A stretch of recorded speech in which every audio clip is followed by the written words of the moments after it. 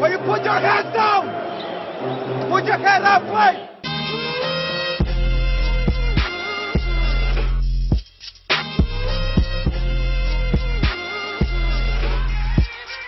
Marko, živo, pozdravljen, kot prvo seveda lep srednjenočni pozdrav v Celje in kot drugo najlepša hvala, da si vzel čas ravno za ta srednjenočni podcast, ki ga snemava zdaj. Ja, počasi se ura približuje že tretji in dosti ne bova spala in jutri oziroma danes bova pošteno zaspana, ampak mislim, da ta megatrade zahteva našo pozornost, našo analizo, našo reakcijo.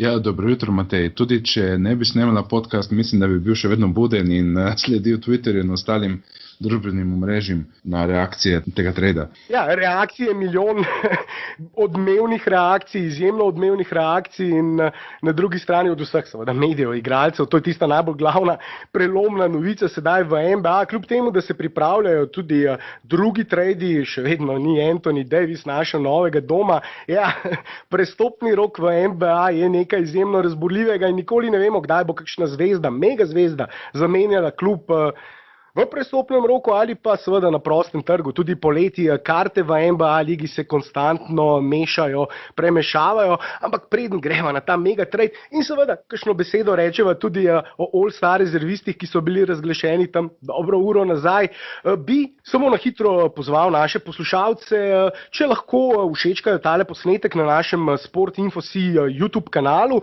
če se lahko seveda tudi naročijo na naš Sport.info.si YouTube kanal, pustijo tudi kakšen komentar. Kmalu bomo ponudbo naših vsebin razširili tudi z videoanalizami, z video prispevki, ne samo podcasti, ki jih seveda že dobro poznate, in vsaka naročnina, všeček nam seveda pomaga pri nadaljnjem delu in isto velja seveda tudi za naše SoundCloud in iTunes platforme. Če nas poslušate tam, bi vas seveda prosil, če lahko všečkate ta posnetek tam, pustite kakšno oceno ali pa komentar na teh platformah. S tem seveda močno pomagate, da smo bolj opazni in zato smo vam hvaležni. Marko, zdaj pa da ne bom dolgovezil in dolgočasil naših poslušalcev stvarmi, ki jih verjetno sploh ne zanimajo. Dajmo najprej All-Star rezerviste pogledati in reagirati. Dobro, da ni bil mikrofon vključen, ko sem jaz najprej videl te rezerviste. Ti si me sicer slišal. Jaz sem te slišal, ja. Nažalost, se opravičujem. Ja. Celo tako, v privatnem pogovoru sem šel verjetno malo predaleč, ker dajmo najprej na vzhodu, potem bom pa zaklel. Vzhodni rezervisti, seveda, prve peterke že dobro poznate in tudi dobro veste, da prve peterke določijo z glasovi navijačev in potem svoje glasove dodajo še igralci in mediji. Polovico štejejo glasovi navijačev, četrtino glasovi medijev in četrtino glasovi igralcev. Luki Dončiću je na koncu zmanjkal, pravzaprav tako, 3 ali 4 glasovi igralcev. Če bi dobil, mislim, da jih je dobil 43, govorim na pamet, ampak nisem dosti zgrešil. Če bi dobil par glasov igralcev več, bi nastopil na All-Staru v prvi peterki. Vendar igralci so pred njega postavili Adamsa, centra iz Oklahome, in pa Lamarcusa Aldridgea, krilnega centra iz San Antonio Spursov, letos tudi dosti igra na položaju centra. Ampak ta dva igralca, ki po mojem mnenju niti približno nimata takega vpliva na igro svojih moštev, kot jo ima Dončić na Dallas, nimata takih klač številk, takih tudi nekaterih osnovnih statističnih kategorij, kot jih ima Luka, sta dobila več glasov igralcev in zato Luka ni na All-Staru. Če bi Luko postavili pred Adamsa in Aldridgea, bi Luka bil že v prvi peterki. Prvi peterki ni bil, potem so pa trenerji določili še rezerviste, rezervne peterke, torej 7 igralcev, ki bodo rezervisti, 7 iz vzhoda in 7 iz zahoda, podobno kot seveda pri prvih peterkah, in na vzhodu so rezervisti Blake Griffin, Nikola Vučević, več kot zasluženo, najboljša sezona v karieri, Bradley Beal, Ben Simmons, ne bom nič rekel, Kyle Lowry, Chris Middleton, Victor Oladipo. Oprosti, Matej, jaz vem, da imaš ti v grlu vedno Ben Simmons, ampak zame pa si Chris Middleton niti slučajno ne zaslužila stara, ker je on enostavno 3&D igralec in več kot toliko nima ponuditi. Vzhod, če na hitro pogledava, konkurenca na vzhodu je smešna. Kaj Lauri letos dosega? 12-13 točk, mislim, da 9 podaj, katastrofalni procenti, celo malce več kot 9 podaj. Največ v karieri, vendar drugega kot podaja pravzaprav ne počne. In seveda, če imaš toliko žogo kot on in samo podajaš, si brez težav nabereš kar precej podaj. In mislim, da te število podaj ni nič kaj posebej depresivnega. Toronto je visoko. Toronto je drugi na vzhodu, takoj za Milwaukeejem. Torej, lahko imajo 2 all-star igralca, poleg Kawhija Leonarda si seveda zaslužijo še enega, vendar, če postavimo na eno stran Laurijevo statistiko in na drugo stran Dončićevo, tudi Ben Simmons, ti si omenil Chrisa Middletona, morda izmed teh 3 si celo Ben Simmons najbolj zasluži, ampak vedno sem malce, kako ne rečem, problem imam z Benom Simmonsom predvsem ta, da on je povsod listan, povsod je deklariran, razglašen kot organizator, igra na položaju organizatorja, vendar on je organizator, ki seveda vsi vemo, nima meta, ampak zato tudi ne more igrati pick and rolla. Organizator, ki ne more igrati najbolj osnovne, 70% akcij, 60, 70, mogoče 80 nekatere ekipe, je vse samo pick and roll. NBA liga danes je pace and space, pick and roll, kakšen Iverson cut, včasih recimo, če ne gre ravno organizator, oziroma tisti, ki prenese žogo odigrati pick and roll, pa morda Iverson cut za dvojko in kakšen side pick and roll, kaj tazga, kakšen pistol action še, ampak 70%, da ne bom zgubljal časa, je vse samo pick and roll, največ, pri nekaterih moštvih več, pri nekaterih manj.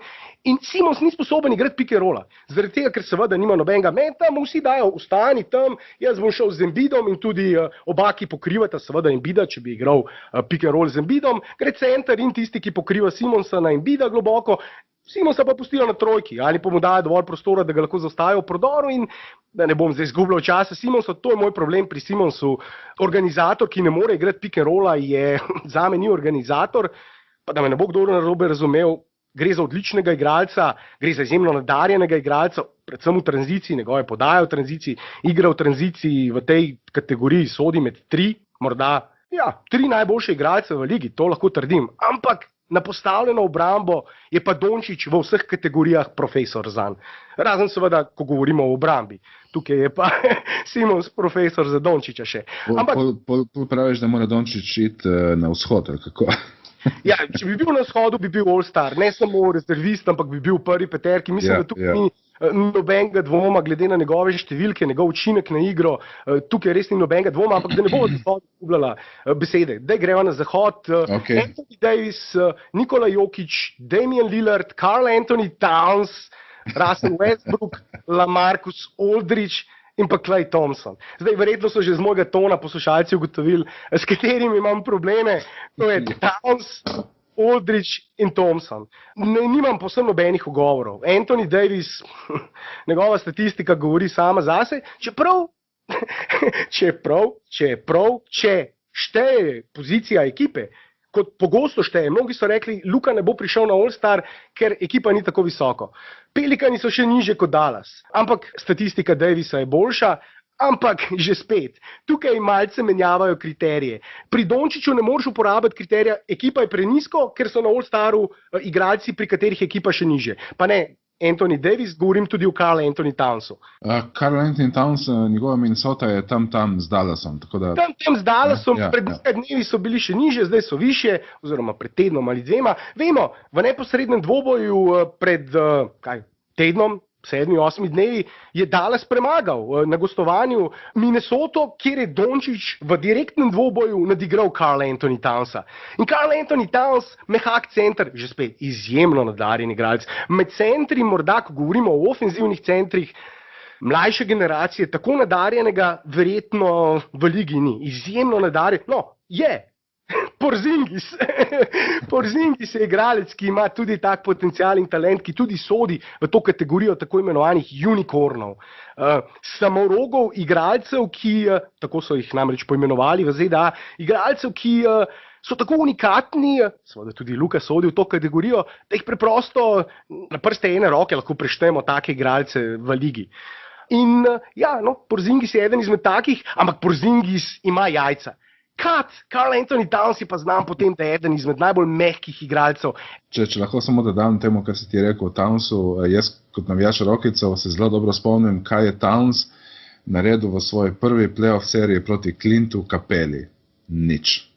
Absolutno. Prav žalostno je bilo tisto, res. Lani Minnesota prvič v play-offu po koliko? 15 letih, že spet govorim na pamet, ampak nisem zgrešil za več ko par let, 2 leti, 3, mogoče, ne vem, v glavnem cela večnost, odkar so bili, ko je bil Garnett, nazadnje tam so bili oni nazadnje v play-offu in ja, to je bilo že zelo dolgo nazaj. Lani pa prvič, po tem dolgem obdobju in ja, Karl Anthony Towns je izginil, ni ga bilo, Clint Capela ga je izbrisal in ogromno argument. Vemo, kaj je naredil, ko govorimo o mehkem, vse vemo, kaj mu je naredil Butler, kako ga je že spet, tukaj bi verjetno uporabil kakšno kletvico, ampak ja, poslal ga je domov z dudo in v plenicah, na treningu je z njim obrisal, vzel Butler, mislim, da 4. najslabšo peterko sestavljeno iz deligaških igralcev in medtem, ko ga je preklel njega, njegovo mamo, očeta, brata, sestro in vse sorodstvo za 4 generacije nazaj in 5 generacij naprej, ga je zraven še premagal v postu in posod. Zadnja tekmo, ko so igrali, Philadelphia in pa Minnesota, že spet opravil s Katom, ga pobrisal z njim parket in preprosto ni igralec z jajci, če tako rečem, in si ne zasluži še za to zame All-Stara. Isto recimo... Je pa igralec statistiko, ne?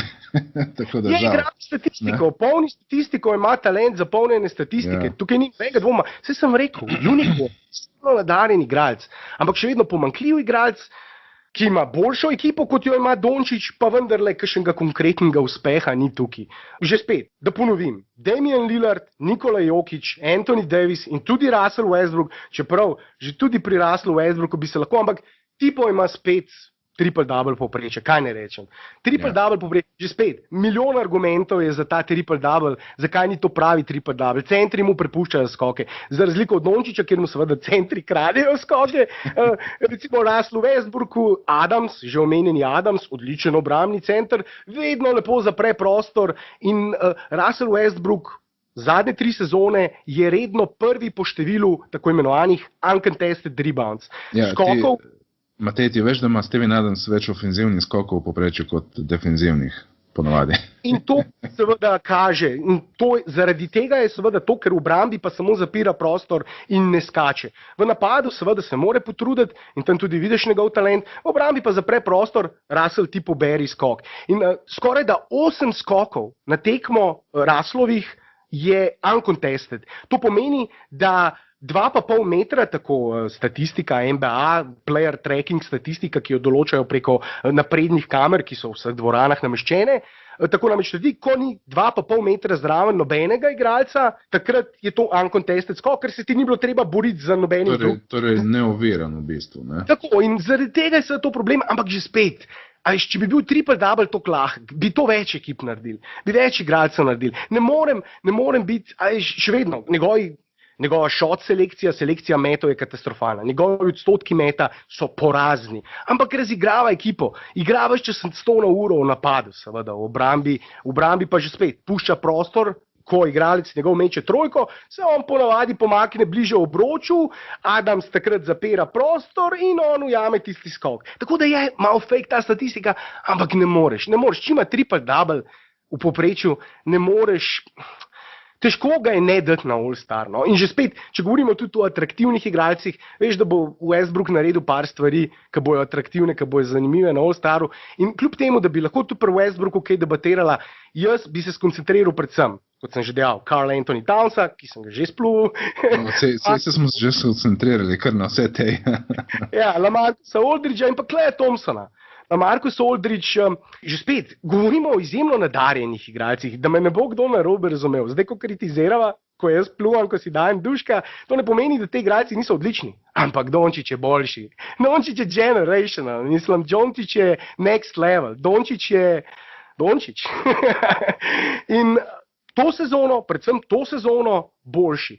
Tisti moj glavni argument za Luko je njegove klač številke, njegova statistika v minutah, ko se lomi tekma.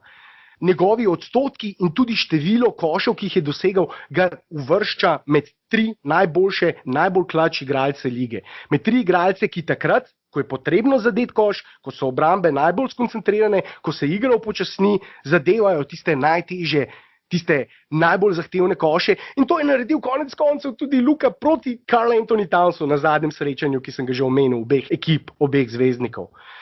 LaMarcus Aldridge, solidna statistika, 21 točk, nekaj manj kot 9 skokov, 2,6 podaje, njegovi odstotki za visokega igralca niso nič posebnega in ne meče trojk. Sploh ne meče trojk, zato meče v glavnem s pol razdalje. In to je tisto, Aldridge gre lahko na kolena in se na kolenih zahvali Gregu Popoviču, da je naredil All-Stara iz njega. Že spet, to je tema za kakšen drug podcast, ampak kar je uspelo letos že spet Popoviču, dokazuje, zakaj je on trener leta. Ima 2 igralca, skupaj še seveda z DeMarjem DeRozanom, je dobil 2 igralca, ki mečeta samo s pol razdalje, ki sta najbolj učinkovita s pol razdalje. Nihče več ne meče s pol razdalje, ker je to najmanj učinkovit koš v košarki.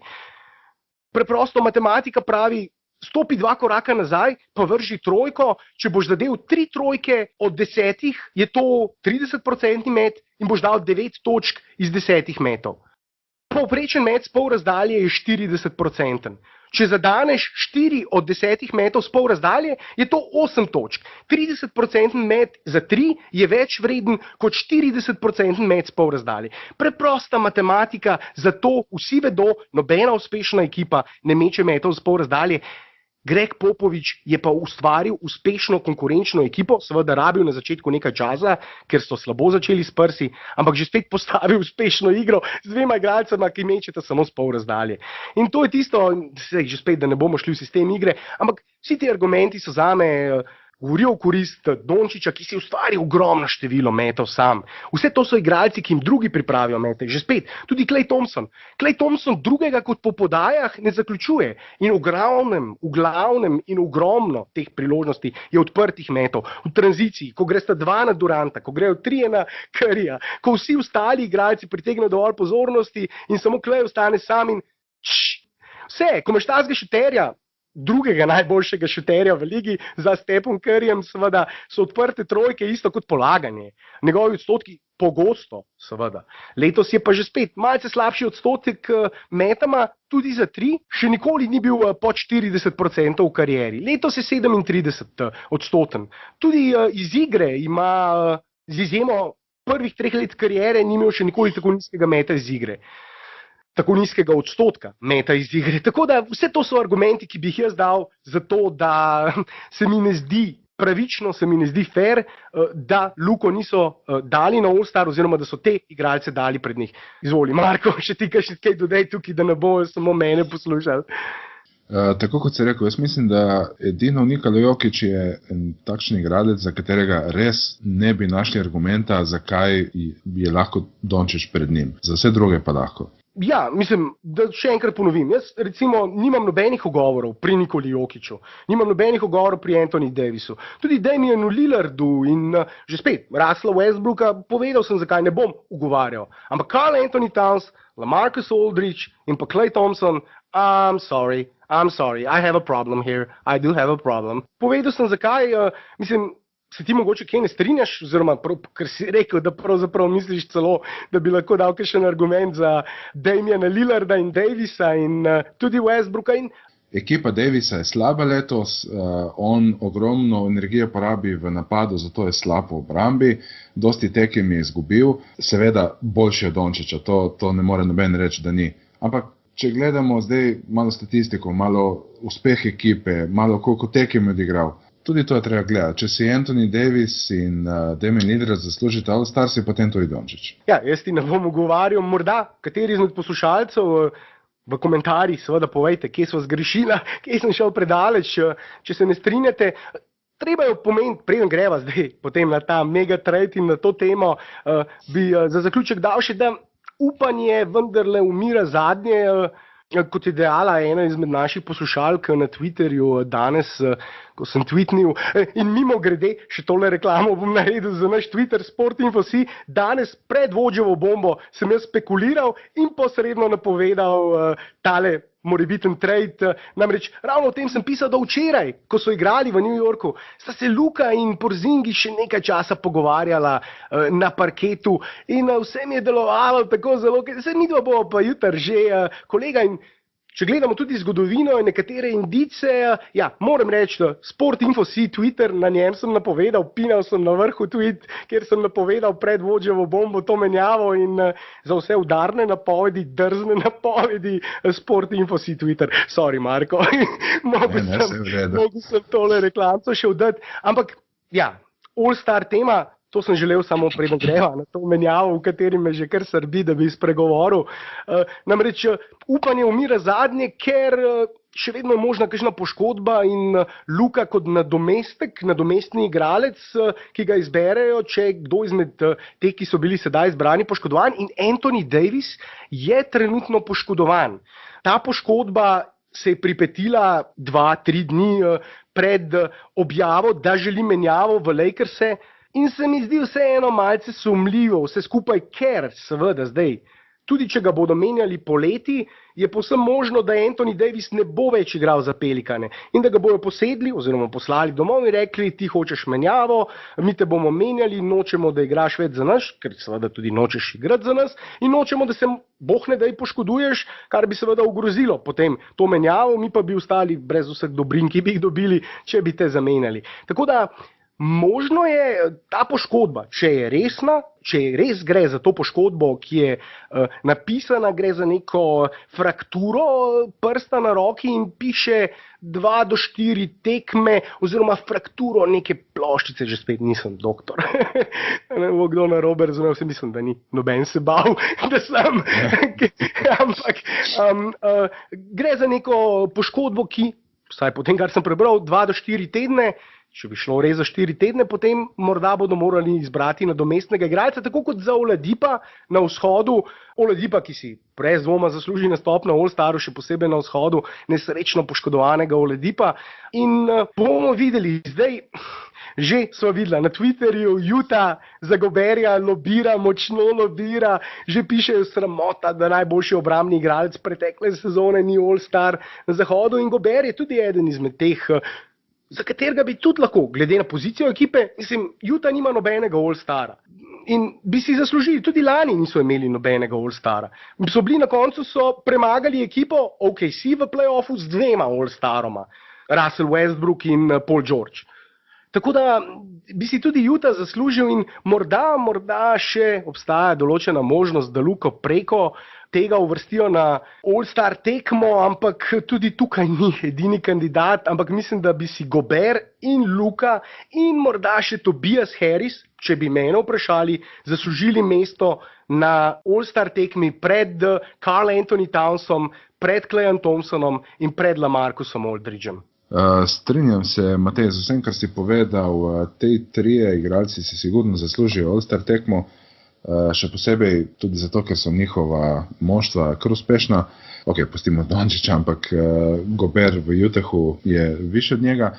Tako da bomo videli ta poškodba Davisa, koga bo potem priklicala v All-Star ekipo. Ja, to bo verjetno v prihodnjih dneh znano, zdaj pa Marko, vem, da te počasi že zmanjkuje.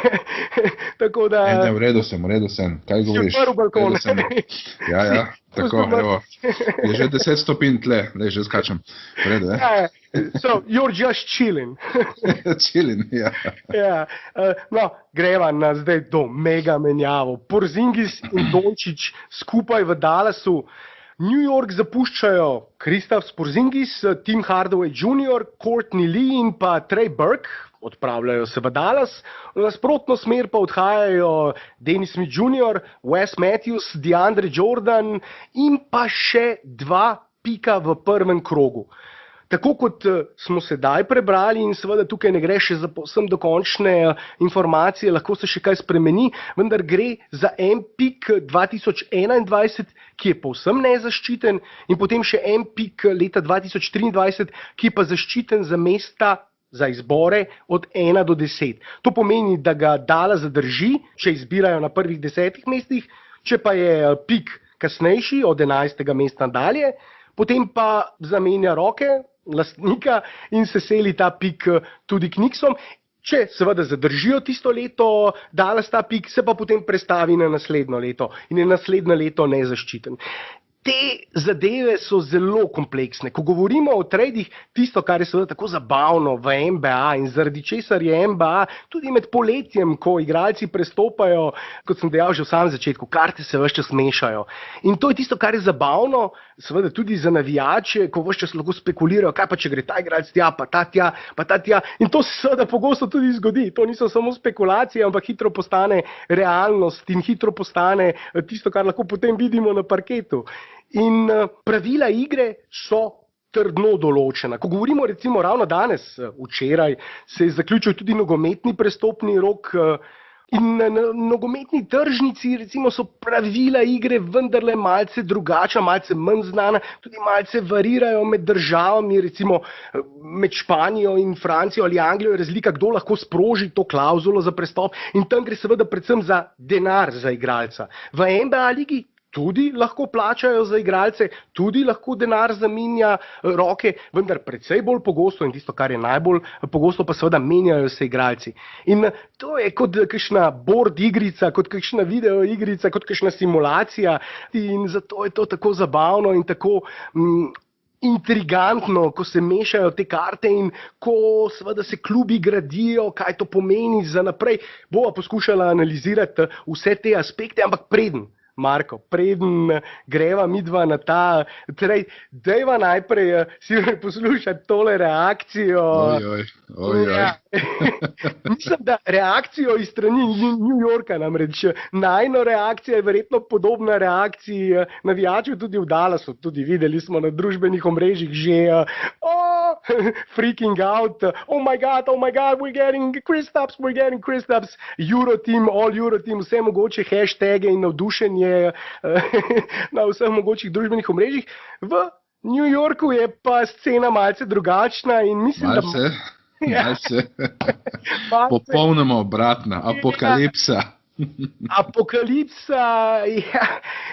Prva reakcija, Mike Rappaport, znan igralec, znan navijač Knicksov, v zadnjem obdobju redni gost vseh mogočih športnih oddaj, ker ima izjemno popularen športni podcast v ZDA. In na družbenih omrežjih pogosto objavlja reakcije, ki dobivajo več 100 000 milijonov, ne 100 000 milijonov, ampak več 100 000 ali pa več milijonov ogledov. In tudi ta si jih bo verjetno nabrala tam kakšen milijon. Pa poslušajmo, mislim, da to najbolje opiše reakcijo v New Yorku, New Yorkčanov.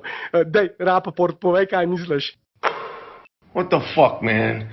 I just woke up from the very rare daytime nap that I was taking in rainy California.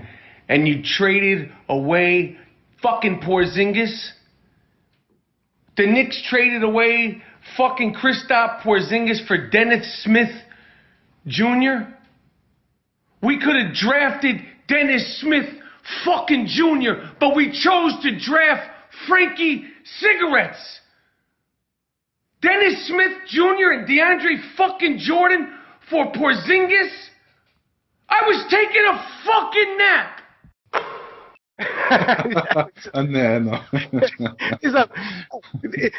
Povedal je vse, recimo, če boste šli na njegov Twitter account. In mimo grede, tako bi našim poslušalcem priporočil, ker vem, da Twitter ni priljubljeno družbeno omrežje v Sloveniji, je Facebook precej bolj popularen. Ampak ko govorimo o NBA košarki, Twitter is where it's at, kar se tiče NBA košarke. Twitter je predominantno, to ni pravilna beseda, ampak glavno, dominantno družbeno omrežje. Vse, kar se dogaja v NBA ligi, se najprej zgodi na Twitterju, vse novice najprej tam sporočijo. Izjemno odzivni so tam novinarji, tudi igralci, vsi, ki so vpleteni v NBA košarko. Konec koncev, jaz sem se že pritožil na neko sodniško potezo in mi je uradni Twitter handle, uradni Twitter profil od sodniške organizacije NBA lige odgovoril na vprašanje. ne samo meni, tudi vam lahko, če jih vprašate, če vas zanima NBA košarka, potem morate na Twitter in še enkrat sledite tudi nas, če se boste odpravili na Twitter, Sportinfo.si je naš handle, ampak ne bom že spet preveč težil, ker imam občutek, da zdaj le že kdo preklopil, gremo nazaj na trade. Pa bom tako vprašal, Marko, tvoja reakcija na tole reakcijo Rapoporta, oziroma kakšna je bila pa tvoja tista prva emocionalna reakcija, ko si videl Porzingis v Dallas? Jaz se upravičujem za moje besede, moja prva reakcija je bila tista prav primorska, ne me jebe. Pa že bolj starska, kaj si ti nor? In moja žena me samo čudno gledala, iz kje ta reakcija pride, saj se ni nič takšnega zgodilo. Joj. Ker ne moreš verjeti in začneš si scenarije pisati v glavi, gledati internet in za 1 uro zgineš iz življenja okoli tebe. Ja, tudi jaz, čeprav še enkrat, napovedal sem tole menjavo, ampak še vedno nisem pričakoval, da se bo zgodila tako 4 ure kasneje, ko sem jaz tweetnul Porzingis in Dončić v Dallasu in vprašajček zraven, priznam, nisem rekel v Dallasu klicaj, vprašaj, ampak določeni indici in ravno to je tisto, kar si dejal. Vsi možni scenariji, ki so sedaj seveda možni. Scenarijev je tukaj 100. Tudi, izhodov tega, kdo je zdaj zmagovalec tega trejda, ozadje tega trejda, kako je do tega sploh prišlo. Vemo, v Dallasu se je že lep čas govorilo o trejdu Denisa Smitha Juniorja, to je bila tista glavna tema, to je bila tudi tema, na katero smo pravzaprav mi že posneli podcast, eno okroglo mizo vseh adminov, urednikov Sportinfo.si blogerske skupine. In smo debatirali o tem DSJ tradu in ravno, ko sem ga hotel objaviti, bum,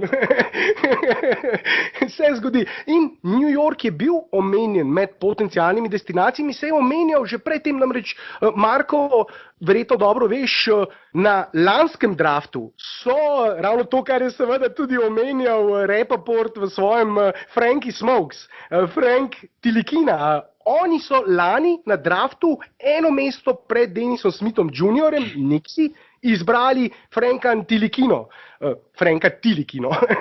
Ja. Na mesto Franka bi lahko izbrali Denisa, za katerega so zdaj zamenjali Porzingisa. To si hotel povedati, ne?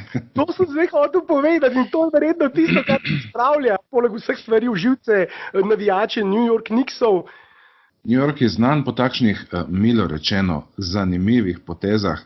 Tudi Tim Hardawaya so draftali, potem so ga poslali proč v Atlanto v neki menjavi in ko je v Atlanti odigral 2 sezoni, so ga podpisali za precej bogato pogodbo, bolj kot si zasluži, je bilo strokovno mnenje večine ljudi, ki sledijo NBA-ju. In zdaj se te njegove pogodbe želijo rešiti. Mislim, Tim Hardaway, novi soigralec Luke Dončića, ki bo prišel v tem tradu, poleg sva že omenila Courtneya Leeja in Treya Burksa.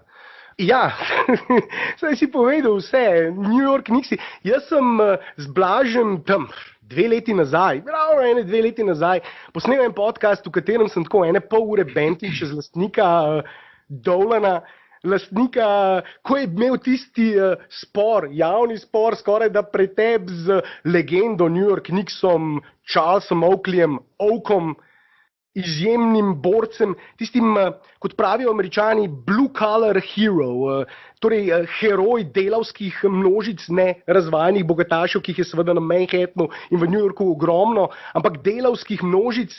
In tudi Dolan je eden izmed teh razvajenih bogatašev, ki je vse, kar ima, podedoval od očeta. Tako da, če bi si ustvaril sam, bi malce drugače gledal nanj, recimo kot kakšen... Misliš recimo Steve Ballmer? Steve Ballmer, ja, njega sem hotel. Recimo samo ustvarjeni milijarder, ki je iz nič prišel do teh milijard. Fantastično. Ampak Dolan je pa tisti, ki je od očija vse podedoval in do takih preprosto nimam istega rešenja. Še posebej zaradi tega, ker Dolan nima pojma o košarki, pa se ves čas vmešava v košarko.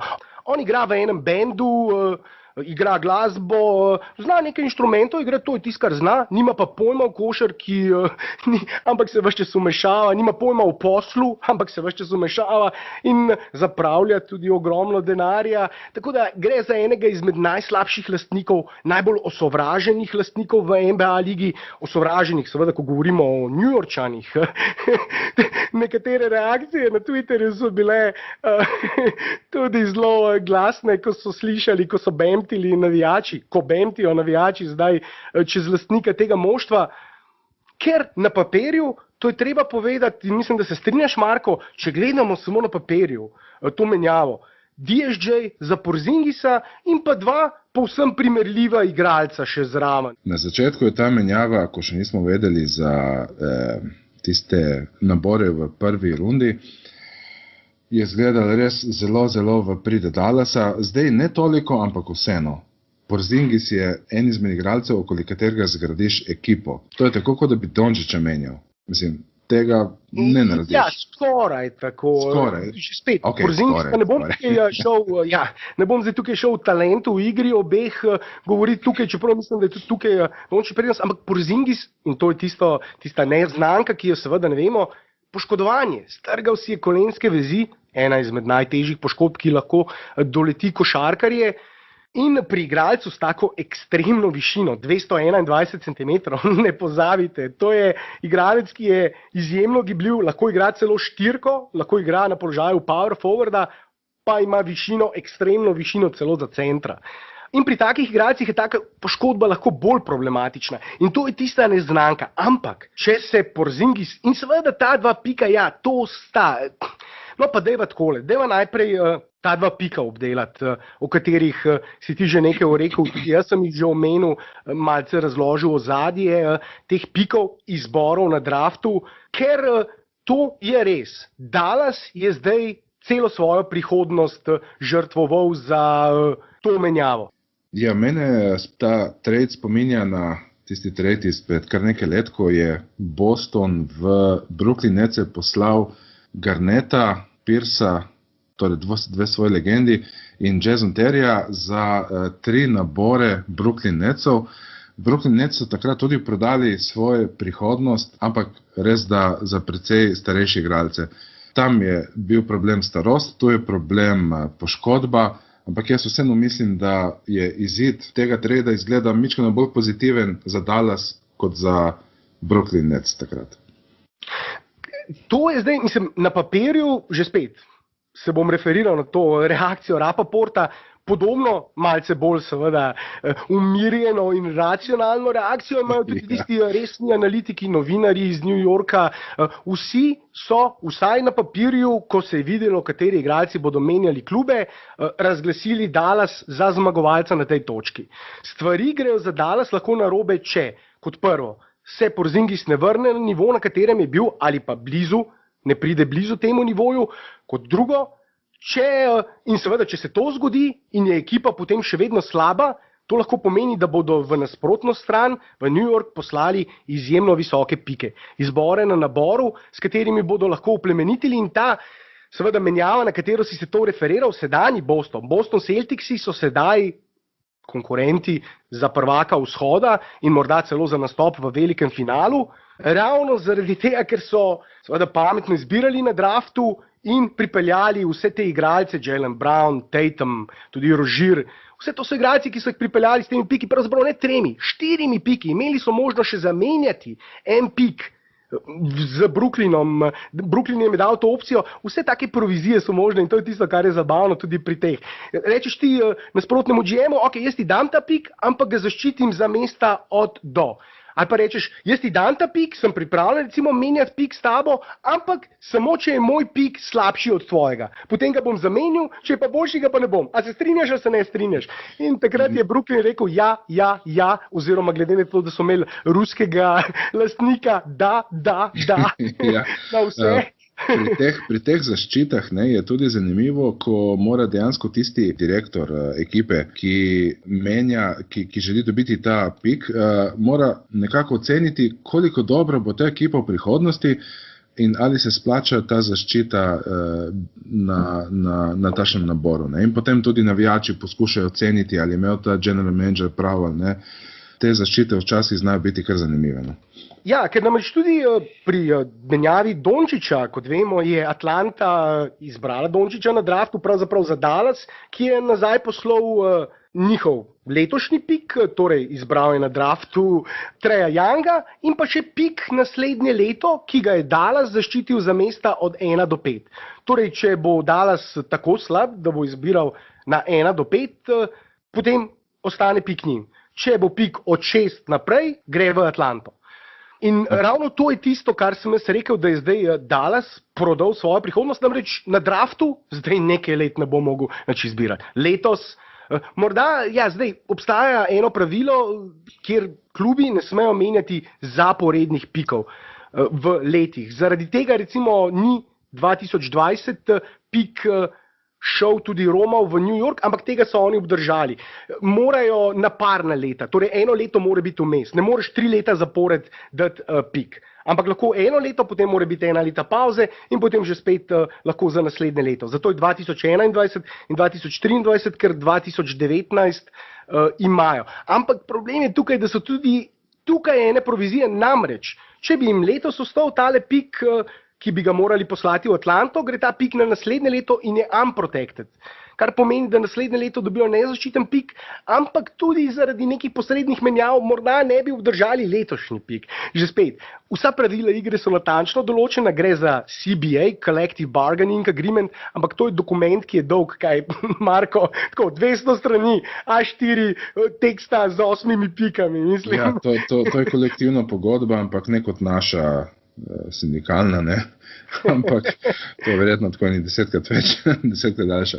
Ja, kjer so vse mogoče pravila zapisane, kako se to, ampak tako, da ne bo preveč kompleksno vse skupaj za naše poslušalce, v osnovi zdaj Dallas preko drafta ne bo mogel nič izbirati. Oni bojo lahko samo preko prostega trga kupovali nove igralce, zdaj njihov igralec Kristaps Porzingis in pa seveda drugi igralec, drugi zvezdnik, Luka Dončić. Okoli teh dveh bodo gradili ekipo. Že spet, tudi situacija s Porzingisovo pogodbo je rahlo kompleksna. Namreč Porzingis bo letos poleti lahko podaljšal svojo ruki pogodbo, ki se izteče, in sklenil novo, tako imenovano max pogodbo. Pogodbo za najvišjo možno vsoto, ki jo lahko dobi Porzingis. In to je tam blizu 30 milijonov, več kot 25 milijonov na sezono. Ali pa lahko recimo izbere opcijo, kjer odigra naslednjo sezono za samo 7 milijonov, približno, oziroma celo manj, 4 ali 5 milijonov, tako imenovana qualifying offer, če to sprejme, in potem bo leto zatem povsem prost igralec. Ker letos bo tako imenovanih, zdaj ne vem, koliko je to sploh zanimivo za naše poslušalce in upam, da nisem preveč dolgočasen s tem, ampak vse te stvari štejejo pri teh menjavah, namreč letos bo Porzingis restricted free agent, omejeni prosti igralec poleti, kar pomeni, da lahko Dallas izenači vsako ponudbo katerega izmed drugih moštev. Dallas lahko reče Porzingisu, ti pojdi, poišči, ti kdo da boljšo ponudbo kot mi, če ti jo da, mi jo lahko izenačimo, imamo to pravico, te obdržimo. Ja, v bistvu to pomeni, da če se Porzingis odloči takoj podpisati pogodbo, bo Dallas dejansko odločil o njegovi usodi. Če ne, bo pa sam odločil o njegovi usodi, kar je pa tudi povezano z nekaterimi tveganji. Točno tako. Naslednje leto, naslednje poletje, torej 2020, če bi sprejel ta tako imenovani qualifying offer za 4 ali 5 milijonov, bi bil pa povsem prost igralec. Bi pa lahko odšel za manjši denar, za večji denar, za kakršenkoli denar, ampak letos in naslednje leto je Porzingis, ne glede na to, kaj se odloči, kako se odloči, je Dallasov. Bo Dallasov, ampak seveda, treba je tudi dodati. Ne verjamem, da bi tako prekanjen poslovnež že spet. Ko govorimo o teh, ki so sami ustvarili svoje bogatstvo, kapa dol Cubanu, ki je iz nič ustvaril milijarde, ki jih ima, kupil klub, eden izmed tistih zgodnih, tako imenovanih internet billionaires, in vsaka čast tukaj, nimaš kaj nič prigovarjati, ni on dolan, ni on dolan. To je človek, ki pa ima poslovno žilico, ki ve, kako se stvari tržijo, ki ve, kako se izumlja, kako se prodaja. Kapitalist pravi, ne pa razvajeni bogataški sinček, ki samo žanje sadove kapitalizma, ampak že spet, topike za kdaj drugič. Hočem reči, Cuban ne bi šel v ta posel, če ne bi dobil kakšnega zagotovila agenta Porzingisa. Njegov agent, Porzingisov agent je pa njegov brat, kar seveda meni, ko govoriš z njegovim agentom, je skoraj da isto, kot da govoriš z samim Porzingisom. Tako je. Ja, in zato mislim, da je tukaj dobil neka zagotovila, da bo Porzingis zagotovo letos poleti podaljšal za max pogodbo. To je moje pričakovanje, ne vem, ali ti misliš, da bi slučajno bil Porzingis v tej situaciji, ko recimo se ravno vrača po taki poškodbi, riskira, da eno leto igra za qualifying offer in potem, da se slučajno poškoduje, ostane brez vsega denarja. Jaz mislim, da ni niti najmanjših šans, da ne bi letos poleti podpisal max pogodbe, že spet. Če letos odigra za ta qualifying offer in da bi bil povsem prost igralec naslednjo leto in šel kamorkoli si želi, če ne bi želel ostati v Dallasu, bi mogel riskirati, da se naslednjo sezono ne bo poškodoval. Ker če se poškoduje, ostane brez vsega denarja. Ostane tako kot njegov latvijski kolega iz reprezentance, ki ga ti dobro poznaš iz Houston Rocketsov, ki je zdaj na Kitajskem, ki je ravno bil v podobni situaciji. Kako se že piše, zdaj mi je všel iz glave. Dimo je njegov... Motijunas, Donates Motijunas. Tako je. Dobro, zdaj, že spet, da ne bo dolgočasno, ampak kaj misliš, Marko, tukaj? Ja. Jaz mislim, da bo Porzingis vzel qualifying offer samo v primeru, če mu Dallas ponudi pogodbo, ki je manjša od maksa, torej manjša od maksimalnega denarja, ki ga lahko Porzingis zasluži, za kar pa je verjetno 0% možnosti. Pa samo, da se popravim, ker sem pravkar ugotovil, da sem rekel svoj igralec iz latvijske reprezentance. Donates Motijunas je seveda Litovec iz litovske reprezentance. Ja, tudi jaz nisem tega opazil. Se bom zgovorila na to uro, tudi jaz to dobro vem, ampak ura je pozna in ja, ob tej uri Latvija in Litva so zelo blizu, ampak ja. Ja, bil v situaciji, ko bi lahko zaslužil milijone in milijone, pa ni sprejel te ponudbe, poškodba mu je potem staknil poškodbo in ostal sedaj igra na Kitajskem za verjetno dosti manjše denarje. Če se spomniš, je v zelo podobni situaciji bil tudi Nerlens Noel, ki mu je Dallas ponudil kar v redu pogodbo, Max seveda ne, on pa je mislil, da si zasluži več denarja, staknil je poškodbo in na koncu pristal za skoraj veteranski minimum v Oklahomi. Ja, še en dober primer, mislim, takih primerov je namreč kar nekaj, kjer so igralci riskirali, niso sprejeli, recimo ponudbe so mislili, tukaj gre recimo razlika med 80 in 100 milijoni. Mislijo, da lahko dobijo 100 milijonov in ne vzamejo 80 milijonov. Že spet, ko govorimo o navadni smrtniki, civilisti, če tako rečemo, o teh številkah, ki jih žanjejo profesionalni igralci v NBA ligi, so smešno deluje. Jaz sem možno za 80 milijonov, a bom res zdaj riskiral, da zgubim vse, ali pa da bom morda dobil potem 100 milijonov. In pri Porzingisu govorimo še o večjih številkah. Tukaj gre recimo razliko, Dallas mu lahko ponudi, že spet tukaj bom rahlo na pamet govoril, pa ne bom dosti zgrešil, blizu 30 milijonov za 4+1 pogodbo, torej za 5 let, s tem, da tukaj je pa ena zanimiva točka, ki mi je pa pravkar zaradi vse te kave, verjetno, ne vem, kako sem se to zdaj spomnil sredi noči, ampak dejansko je tukaj še ena provizija, če se ne motim, da se že spet referiram na ta CBA, Collective Bargaining Agreement, da namreč ti ne moreš dvem igralcem v svojem rosterju ponuditi 5-letne pogodbe, 4+1 pogodba. Samo en igralec lahko dobi tako pogodbo. In če jo zdaj dobi Porzingis, to pomeni, da jo ne bo mogel dobiti Dončić. Tako mimo grede, nekod za prihodnost. In zdaj, že spet, ko govorimo o številkah, 4+1, tam nekje verjetno bi to prišlo blizu 30 milijonom. Porzingis je bil enkrat All-Star, lani je bil izbran v lanski sezoni, potem zaradi poškodbe. Ravno Dragić je tisti, ki ga je nadomestil zaradi poškodbe seveda na All-Star tekmi. In ta številka zato lahko pri njem znaša tam za 5 let približno 150 milijonov, če pa dobi recimo 4-letno pogodbo in nobeno drugo moštvo mu ne more dati 5-letne pogodbe. Samo Dallas mu lahko da 5 let. Vsa ostala moštva mu lahko dajo 4 leta.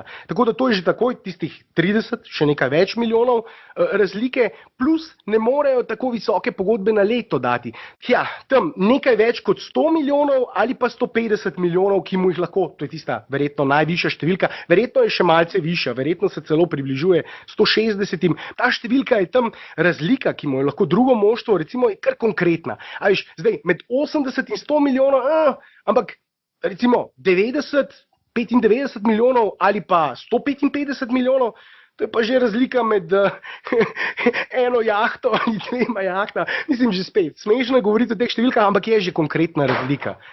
To je res, samo ne smeš pa pozabiti, da trenutna situacija je takšna, da igralci ne gledajo več toliko na dolžino pogodbe, ampak na to, kje bodo igrali. Poglej LeBrona, ko vedno vzame 1+1 pogodba. Kevin Durant tudi vzame 1+1 pogodba.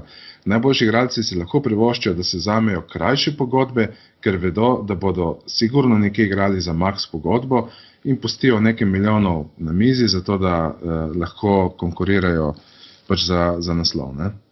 Ampak, poglej, LeBron, Durant, to so igralci, ki so že zaslužili svoje 100 milijonov. Ko govorimo o LeBronu, on bo ampak preden bo končal kariero, bo že milijarder in ne samo za voljo igre na parketu, za voljo košarke, ampak tudi zaradi vseh postranskih poslov izven parketa, tudi tam je izjemno uspešen in odlično trži svojo blagovno znamko, če temu tako rečemo.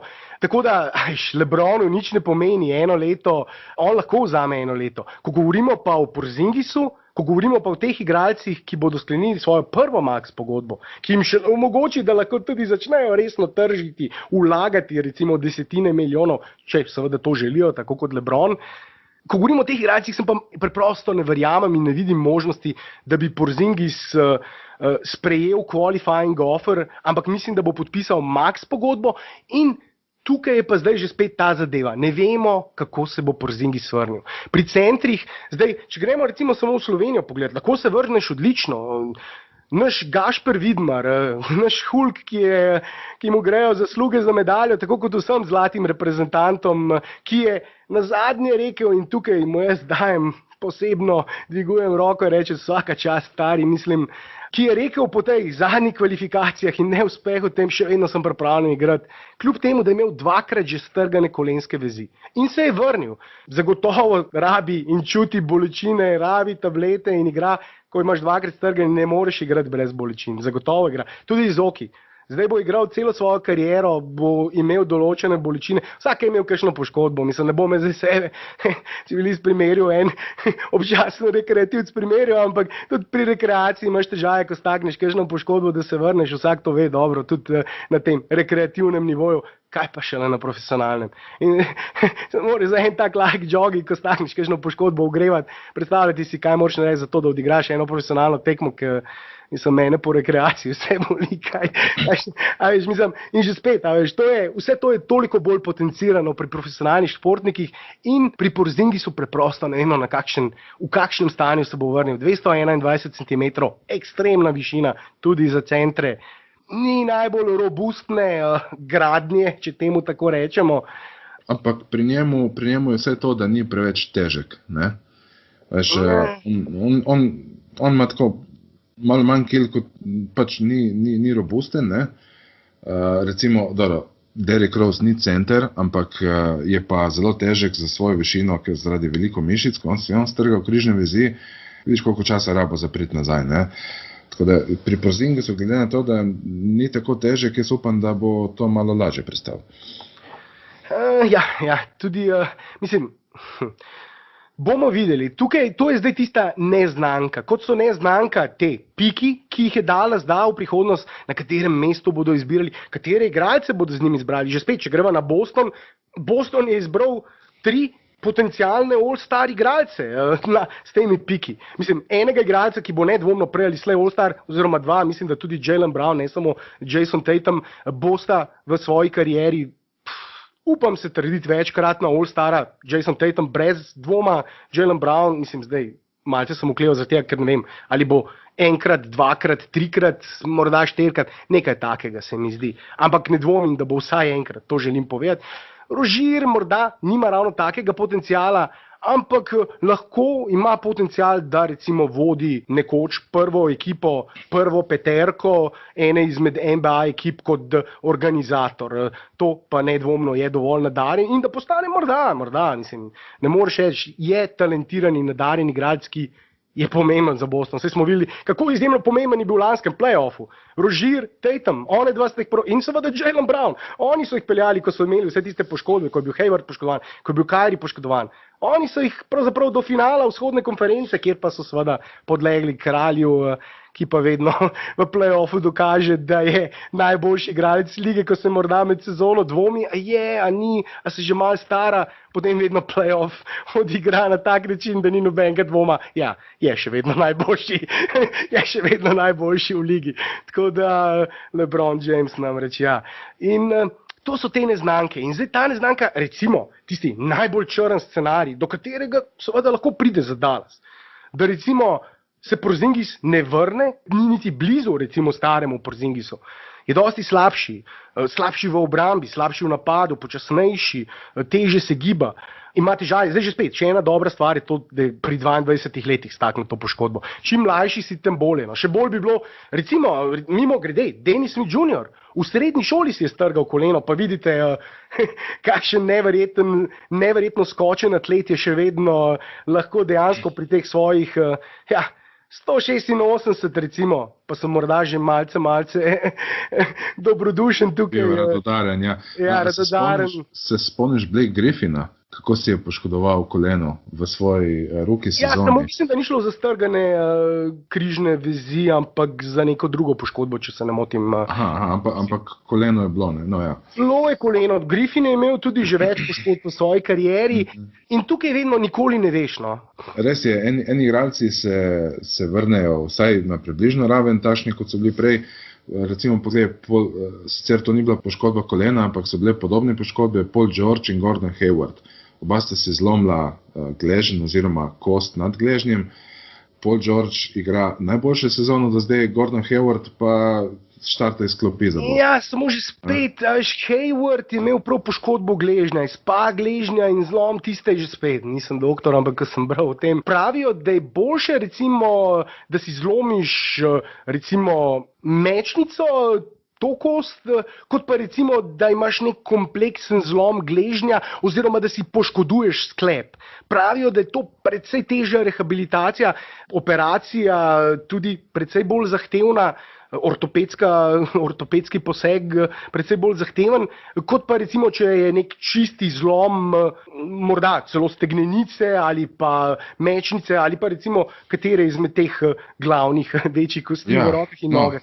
Sklepi so vedno tisti bolj zahteven problem in zaradi tega recimo mislim, da tudi se je Paul George uspešno vrnil, medtem ko Hayward se tudi ne vemo. Tudi Paul George je potreboval eno celo sezono, še takrat se je vračal. Se spomniš, tista prva sezona, ki jo je igral po poškodbi in morda tudi Hayward bo potreboval eno sezono comeback season, da se počasi vrača, počasi recimo, vidim, pogosto se mi zdi tudi, da ga je malce strah in seveda ne dvomim, da ko tako grozljivo poškodbo igralec stakne, da ima malce tistega psihološkega neke zapore, ovire, da ne gre v skok tako agresivno, da ne gre pod koš v obroč tako agresivno kot ponavadi, kot recimo naš Luka Dončić, ki ga je že 3x4 odneslo med stole izpod koša, še posebej v tej NBA ligi je to zelo, samo mislim. Ja. Ko si menil agresivnost po poškodbi, res je, kar praviš, razen če nisi Russell Westbrook. On je imel tašne poškodbe kolena in še kar. Ja, to so pa genetski friki, pikati, mislim preprosto, take genetske predispozicije, fizične predispozicije, da recimo že on tudi, če zgubi nekaj procentov, recimo eksplozivnosti, je imel takšno prednost, da je še vedno recimo hitrejši, boljši od vseh in morda tudi Oladipo je eden izmed teh izjemno eksplozivnih športnikov, ki je staknil težko poškodbo, sicer mišice. In že spet, tudi to pravijo, bolje recimo mišica, poškodba mišice, kot pa recimo sklepa. Pravijo, da so sklepi. In pa seveda tetive, vezi. To je tisto, kar je tudi problem. ker to so sile, ki jih morajo take tetive pri takem 221 oziroma vezi pri 221 cm visokem igralcu, ki ima izjemen odriv in izjemno borben. To so res verjetno bilo prav zanimivo kakšnega ortopeda, ki bi znal tudi fizično pojasniti, kakšne sile pravzaprav morajo zadržati in nositi te naše. Res je fascinantno to, ko pri takih, recimo pri športni zanesenjaki in navdušenci, ravno pri poškodbah, nažalost, pogosto se poglabljamo potem v kakšne poškodbe in beremo in študiramo, in kakšna bo rehabilitacija, seveda še posebej, če si navijač kluba, za katerega igra kakšen poškodovan igralec, hitro vsi navijači postanejo eksperti za to konkretno poškodbo. Tako da to so neznanke. Ne vemo, kaj se bo zgodilo, ne vemo, kakšen se bo vrnil Porzingis, ampak tisto, kar se dejala že na samem začetku, na papirju, v osnovi, večina, vsi se strinjajo, to je zmagovalni trade. Če Porzingis 90% starega Porzingisa je dala še vedno zmagovalec. Je pa res, da moramo do poletja počakati in da lahko z gotovostjo rečemo, da je dala zmago ta trade, kajti če New Yorku uspe ta načrt, ki ga ima, in pripelje dva prosta igralca na max pogodbi v svoje vrste, tle upa predvsem na Kevina Duranta ali Kyrie Irvinga ali pa mogoče Klay Thompsona. Ja, mislim, povsem, to je tista stvar, že spet neznanka na strani Knicksov, ki jo ne vemo, namreč tisto, kar vsi poudarjajo, ta poteza Knicksov, iz strani Knicksov, tisto, kar je najbolj očitno in opazno pri tej potezi Knicksov, je namreč, da imajo sedaj prostor za 2 max pogodbi poleti. Lahko seveda tudi tankajo letos, pripeljejo, kot si sam omenil, Ziona Williamsa, super atleta, 135 kg, ne več kot 200 cm in 115 cm odriv z mesta. Mislim, neverjetno. Res, takega atleta NBA liga, ki verjetno v svoji zgodovini premogla najboljše atlete. Mislim, LeBron James je, ko govorimo o atletskih predispozicijah, ko govorimo o kombinaciji eksplozivnosti, moči, koordinacije, hitrosti, v vseh pogledih je to super atlet, ki bi bil povsem pri vrhu v katerikoli športni disciplini. Mislim, enkrat sem že rekel, ko sva z Blažem, mislim, da govorila, kaj misliš, koliko časa bi LeBron James potreboval, da bi postal najboljši igralec rokometa na svetu? Mesec pa pol? 2 meseca? Pa ne želim biti tukaj niti približno rokomet, vam zelo rad nespoštljiv do igralcev rokometa, ki trenirajo, do borcev, ki se borijo na rokometnih igriščih, ampak preprosto govorimo o košarkarju, ki seveda odlično vodi žogo, ker je treba malce bolj redno driblati kot rokometno žogo, in seveda on lahko to rokometno žogo verjetno prime z 2 prstoma in jo zagrabi, tako kot nekateri rokometni igralci s celo dlanjo. Govorim seveda o šapah, ki jih ima. Tako da mislim, da mu tehnika, daš ga za pivo, kdo ga bo ustavil? Kdo? Mislim, povem mi, kdo lahko zaustavi 207 cm visokega superatleta, ki je hitrejši in bolj eksploziven od 20 cm nižjih igralcev. Mislim, pa že spet, da ne bom šel na eno tangento, zaplaval v neke vode, ki niso. Govorim o teh superatletih, ki so v NBA ligi, in Zion Williamson je morda superatlet, kakršnega še nikoli nismo videli. Tako da, mislim, poglej Shaquilla O'Neala. Mislim, predstavljaj si Shaquilla O'Neala za časa, recimo, rimskega imperija, tam okoli 2000 let nazaj. On bi bil verjetno vladar, kralj največjega področja. Mislim, to so preprosto ljudje, ki so, mislim, zdaj morda sem malce zgrešil, ampak predstavljaj si njega kot gladiatorja za tiste čase, ali pa kot modernega športnika že spet. Če ga daš za pivo tam v rokomet, kdo ga bo ustavil? To je res, ja. Če ga daš v odbojko, mislim, odriv ima večji kot vsi, velik je, 215 cm, lahko skoči pod strop, mislim, kdo bo njegov udarec lahko zaustavil? Noben, mislim.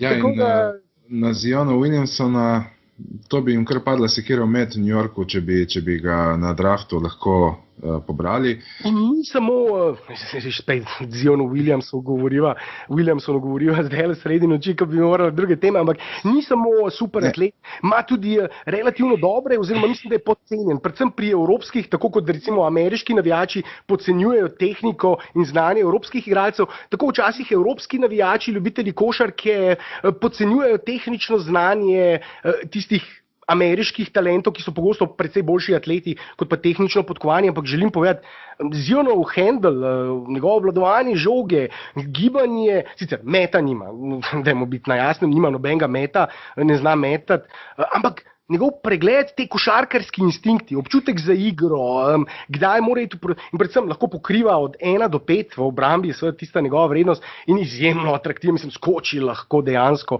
pod strop dvorane in pri 135 kg ga noben ne more ustaviti, ko on skoči, mislim. In Zion Williamson, Kevin Durant, morda recimo celo Kemba Walker, kar nekaj opcij bojo imeli, 2 max pogodbi in še prvi pik na naslednjem draftu. Ja, mislim, tukaj lahko oni nekaj zgradijo, ampak lahko se tudi zgodi, da noben ne pride poleti. In lahko se zgodi, da ne dobijo prvega pika, da ne dobijo niti drugega, niti tretjega, da dobijo šele 5. pik, recimo. Res je, kajti superzvezdniki gredo v tiste ekipe, ki so že dobre, ki so že dokazali, da lahko nekam pridejo. Kajti Durant bo pogledal igralce New Yorka in bo rekel, čakaj, Dennis Smith Jr., Frank, kako se že govori, Tilikina, aha, s temi bom jaz nekaj osvojil. Ja, no. Ja. Zdaj, New York ima to prednost, da je na super lokaciji, tako je recimo šel tudi LeBron Lakerse, čeprav igralci, med kateri je prišel, niso prav dosti obetali, tako kot New Yorkovi ne bodo naslednje leto, ampak ta lokacija je takšna prednost, da mogoče pa prepriča, dajmo reči, idealno bi bilo, da prideta Irving, Durant, poberejo Ziona Williamsona in potem imajo kar naenkrat Big 3. Ne? Ja, potencialni Big 3. Seveda, ne moremo z gotovostjo trditi, kaj bo postal Williamson, ampak mislim, da bo v najslabšem primeru, to se pa upam s precejšnjo gotovostjo trditi, tako kot sem pri Luki rekel, da je recimo nemogoče, da je bust. Tudi pri Zionu Williamsonu je nemogoče, da je bust. Ne verjamem, da se lahko zgodi, da je bust. Kljub temu, da gre seveda za drugačna igralca, povsem drugačna, ampak že to, da lahko od 1 do 5 pokriva enako dobro vse položaje, lahko pleja pokrija tako dobro kot centra, svojo maso, svojo izjemno fizično maso in izjemno eksplozivnostjo, že to mu daje, recimo, zagotavlja mesto v prvi peterki v najslabšem primeru. In potem pa še ta njegova tudi eksplozivnost v napadu, obvladovanje že spet, žogo dobro obvladuje za svojo višino in gibanje, žogo zelo dobro obvladuje in zaradi tega lahko potegne v protinapad. To hočem povedati, kar je pomembno, ni samo igralec, ki mu je treba pač ustvariti priložnost za koš, ampak si jo lahko ustvari sam, seveda ne z metom, že spet nima povsem nobenega meta, mislim, da v celi sezoni, do sedaj NCAA sezoni zadev, kaj pa vem, enih 5 ali 6 trojk, nekaj takega. Torej praviš, da Zion Williamson je mešanica Draymond Greena in rookie LeBrona, ki še ni znal metati. Veš kaj, nekateri ga primerjajo kot njegov ceiling, nekateri omenjajo Barkleyja kot tisti njegov potencial v najboljšem primeru, čeprav je Barkley bil boljši napadalni igralec in dosti bolj izpiljen napadalni igralec, ko je prišel, ampak tam nekje v tak stil igralca ne bi se lahko razvil in seveda, če res se razvije v enega Barkleyja, je to lahko za New York, mislim. To, kar si ti omenil, Zion, Durant, za tiste, ki jim gre na živce, če včasih po Sloveniji in kakšne priimke, in pa Kyrie Irving, mislim. To je že vsega spoštovanja vredna ekipa. Če se to zgodi, pa na drugi strani Dallas, recimo, se Porzingis ne vrne na istino. In to je tisto, kar meni malce daje misliti, o tem sem že razmišljal, namreč dejansko, zakaj? A veš, New York bi lahko počakal do poletja, bi lahko počakal, da za njih Porzingis odigra kakšno tekmo, da mu lahko še dvignejo malce ceno, da bi recimo se dobro vrnil, a imajo morda oni kakšno informacijo, ki jo nihče drug ne ve. Ali oni morda kaj vejo o Porzingisu, o njegovem okrevanju, ker mislim že spet, v osnovi Porzingis za Dennis Smith Jr., to je blind robbery, mislim, to je... Ampak to je ne smeš plička, to je rop, pozabiti, mislim, to je... Matej, ne smeš pozabiti, da če bi želeli New York Knicksi obdržati Porzingisa, morajo konec te sezone ponuditi max pogodbo. Medtem pa Dennis Smith Jr., ki seveda niti približno ni tako dober igralec, ampak je vseeno soliden, je pa še 2 leti na ruki pogodbi. Ne? Raub, če še v nemščini, prej sem 3 jezike uporabljal, za besedo rob pa sem rekel, zdaj še nemščino, je podobno kot slovenščini, ampak ja, ne, mislim, to, kar si dejal, da se vrnem nazaj, da sem resen, res, mislim, ne vemo, kaj se bo zgodilo poleti, ampak zaenkrat je to odlična menjava za Dallas Maverickse in če bo šlo vse po načrtu, potem bomo imeli, Dallas, Euro Maverickse, Euro Dallas, ne vem kako bi povedal, namreč 2 glavna zvezdnika, to se ni zgodilo še nikoli, glavna zvezdnika, nosilca ene NBA ekipe, ki je v svojih vrstah zadnjih 20 let imela najboljšega evropskega igralca, morda, da ne bo zdaj kdo jezen name, ampak mnogi ga imajo na prvem mestu med evropskimi legendami, franšiza, ki je imela to evropsko legendo, to legendo top 3 najboljšega evropskega igralca vseh časov, ima zdaj potencialno v svojih vrstah recimo 2. in 3. najboljšega evropskega igralca vseh časov, ali pa morda 1. in bo padel Novicki na 2. mesto, ali pa morda 1. in 2. in bo Novicki padel na 3. mesto, ali pa morda, a veš kaj hočem povedati, mislim, da ima 3 potencialno ena NBA franšiza v svojih vrstah, 3 potencialno najboljše Evrope in noben mi ne more reči zdaj z gotovostjo, preden seveda se je poškodoval Porzingis, je to bil njegov trajektorij, njegova pot, ki se je risala, pričakovana pot razvoj, bolje morda.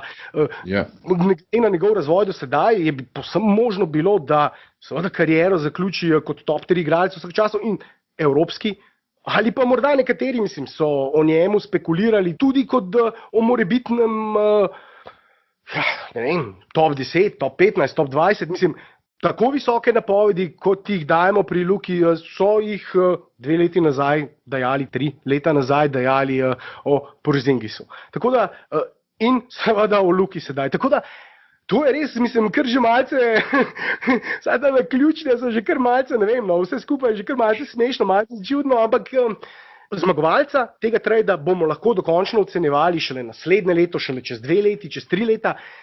Vse je možno. Možno je, da bomo čez 3 leta, recimo takole, midva snemala podcast in govorila, Porzingis in Dončić Madonna skupaj včeraj dala 65 točk, 26 skokov, pa 18 podaj, govorim skupna statistika, in premagala recimo neko reinkarnacijo, ali pa recimo Lakers z ostarelim LeBronom, ali pa neko reinkarnacijo Golden State Warriorsov, boh ve kaj, ali pa Milwaukee, ko bo takrat recimo Giannis MVP, ali pa kdo ve, kaj se bo zgodilo z Jokićem in Denverjem in tam tudi odlično delajo in gradijo franšizo, ki bo lahko konkurenčna in se borila za najvišja mesta in tudi za finale v prihodnjih 5, 6, 7, 8 letih.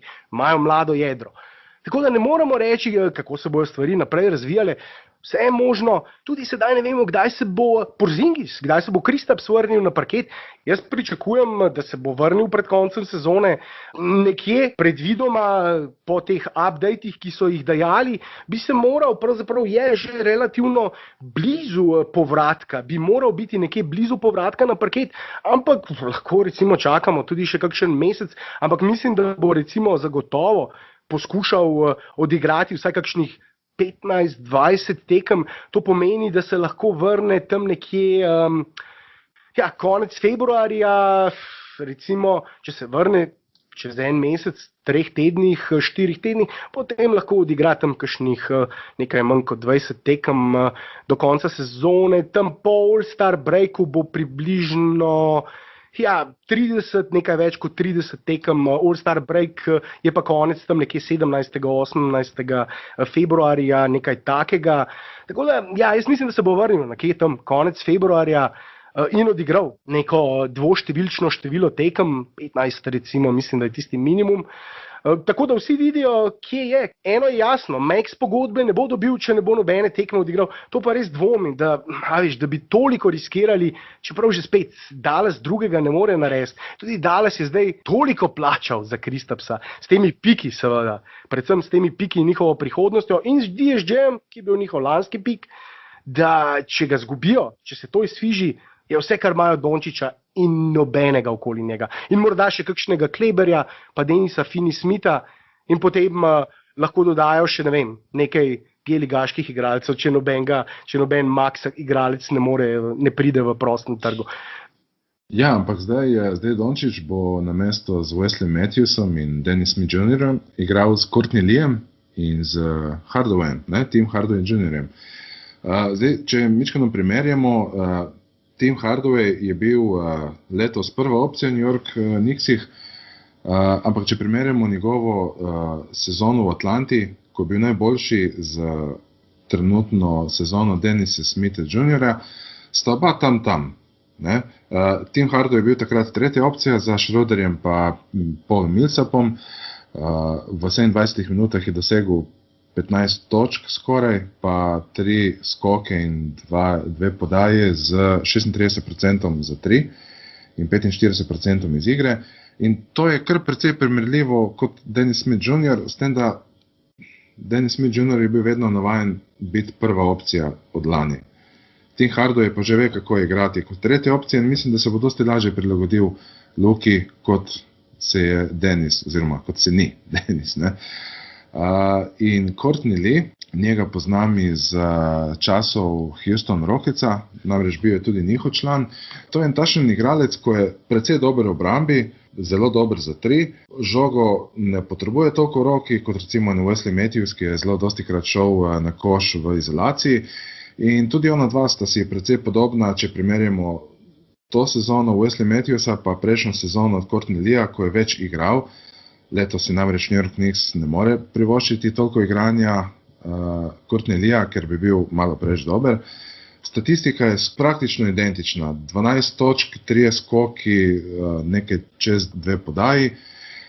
S tem, da ima Courtney Lee skoraj vedno nad 40% za 3 in 45% iz igre. In mislim, da se lahko takšnega soigralca Luka lahko samo želi. Tukaj imamo še Trey Burka, ki je, dajmo reči, zamenjava za poškodovanega Bareo.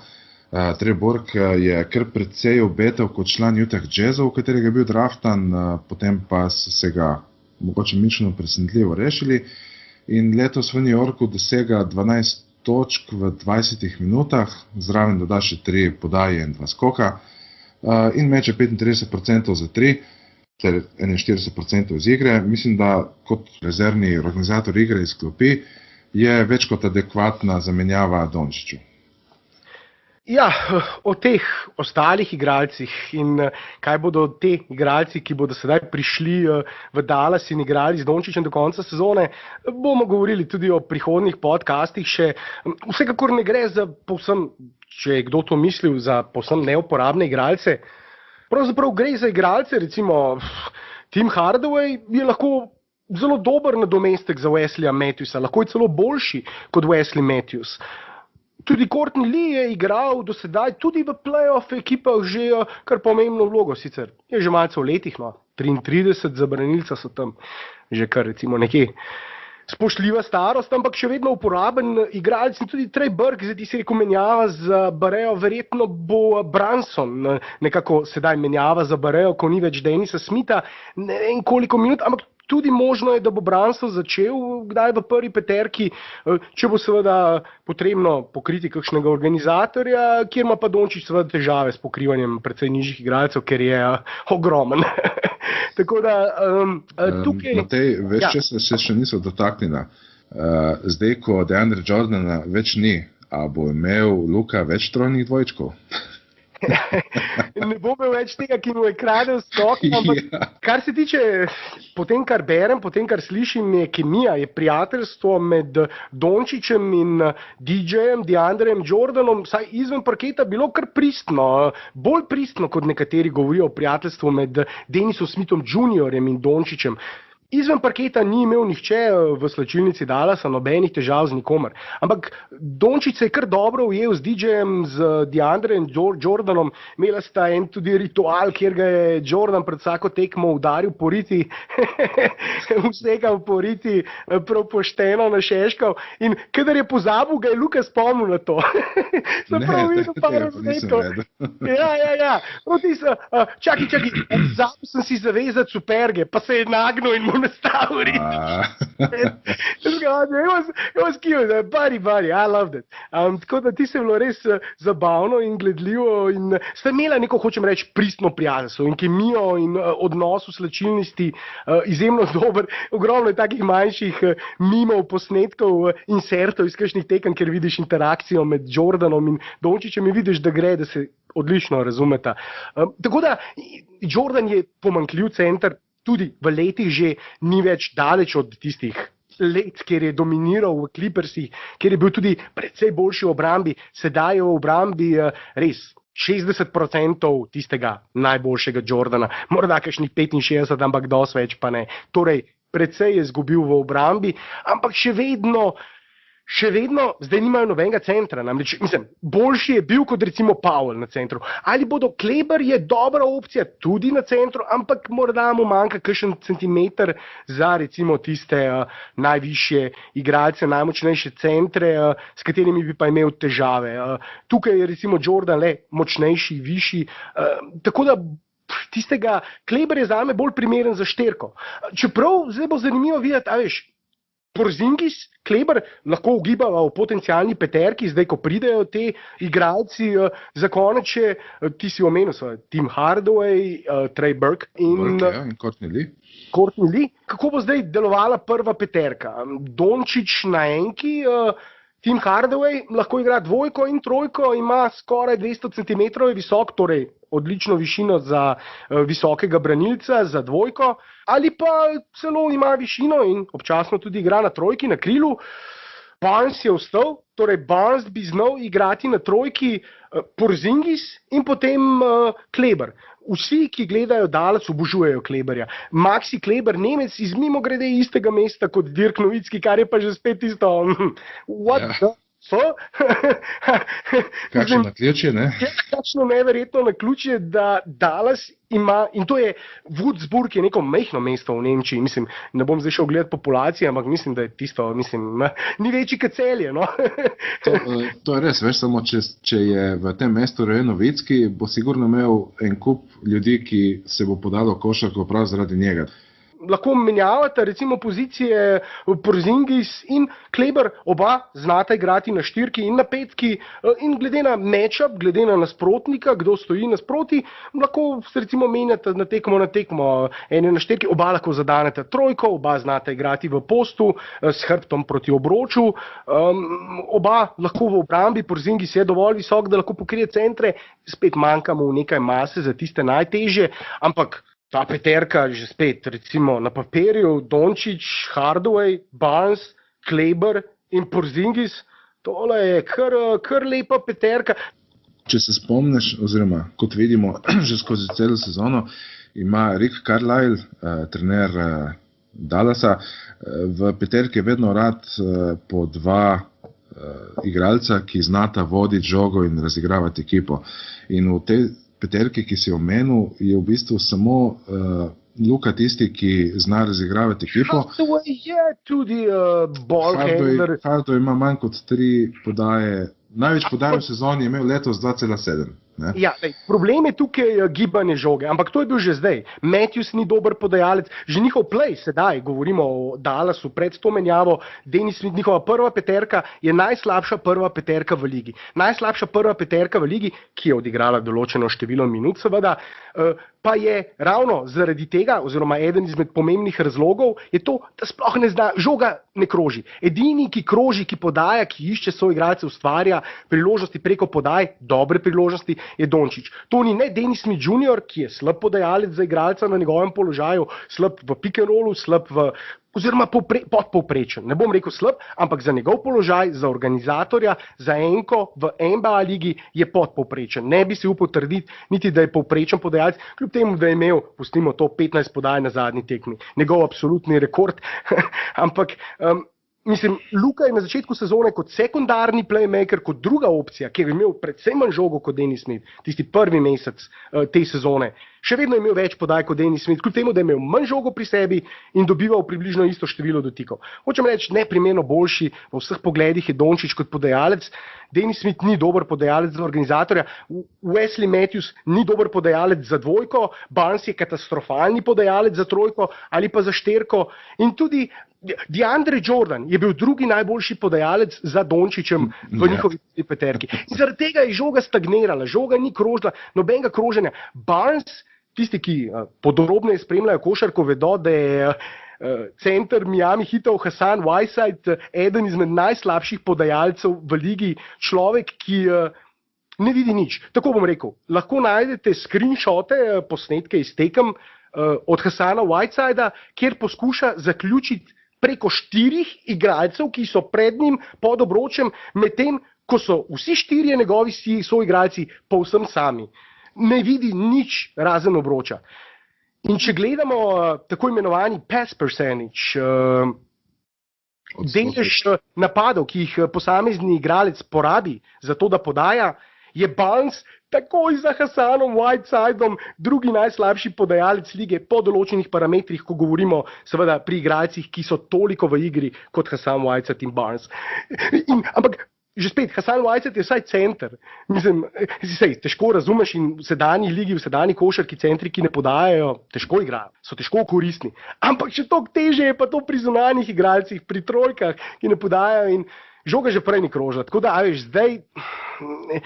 Ja, mislim, da Tim Hardaway je lahko ta secondary ball handler, lahko prenese kakšno žogo, ni dober podajalec, ampak ni pa že spet slabši od tega, kar so imeli prej. A veš, mislim, tako da...